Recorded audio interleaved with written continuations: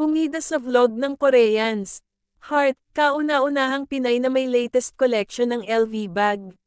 Si Heart Evangelista raw ang kauna-unahang Filipina celebrity na gumamit ng bagong Go 14 bag na may presyong 423,000 Philippine pesos ng Louis Vuitton.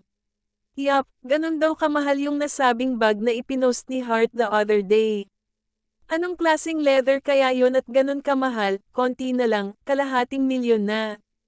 Ha. Sosyal talaga si Heart na actually, parang mura pa nga yun kesa sa ibang mga bag ni Heart.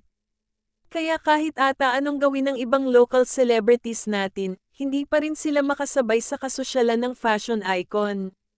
Hanggang sa South Korea actually pinag-uusapan siya. May napanood akong vlog na nagko-comment sila sa mga fashion statement ni Heart at grabe ang mga papuri nila. In all fairness sa nasabing vlog, buong episode ay si Heart ang pinag-usapan nila at dinidiscuss ang mga suot ng asawa ni Senador Chis Escudero.